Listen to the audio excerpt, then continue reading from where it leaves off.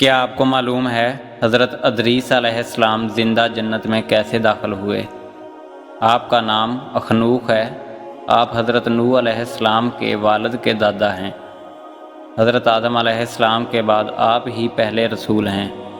آپ کے والد حضرت شیث بن آدم علیہ السلام ہیں۔ سب سے پہلے جس شخص نے قلم سے لکھا وہ آپ ہی ہیں۔ کپڑوں کے سینے اور سلے ہوئے کپڑے پہننے کی ابتدا بھی آپ ہی سے ہوئی۔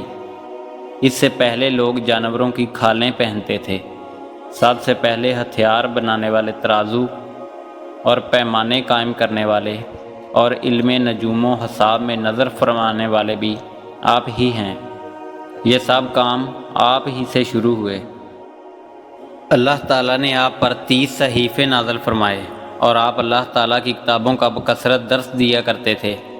اس لیے آپ کا لقب ادریس ہو گیا، اور آپ کا یہ لقب اس قدر مشہور ہو گیا کہ بہت سے لوگوں کو آپ کا اصلی نام معلوم ہی نہیں۔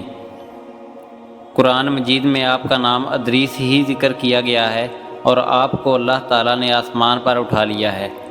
بخاری و مسلم کی حدیث میں ہے کہ حضور صلی اللہ علیہ وآلہ وسلم نے شب معراج حضرت ادریس علیہ السلام کو چوتھے آسمان پر دیکھا۔ حضرت کعب احبار رضی اللہ تعالیٰ عنہ وغیرہ سے مروی ہے، حضرت ادریس علیہ السلام نے ملک الموت سے فرمایا کہ موت کا مزہ چکھنا چاہتا ہوں، کیسا ہوتا ہے؟ تم میری روح قبض کر کے دکھاؤ۔ ملک الموت نے اس حکم کی تعمیل کی اور روح قبض کر کے اسی وقت آپ کی طرف لوٹا دی اور آپ زندہ ہو گئے۔ پھر آپ نے فرمایا اب مجھے جہنم دکھاؤ تاکہ خوف الہی زیادہ ہو۔ چنانچہ یہ بھی کیا گیا۔ جہنم کو دیکھ کر آپ نے داروغہ جہنم سے فرمایا کہ دروازہ کھولو، میں اس دروازے سے گزرنا چاہتا ہوں۔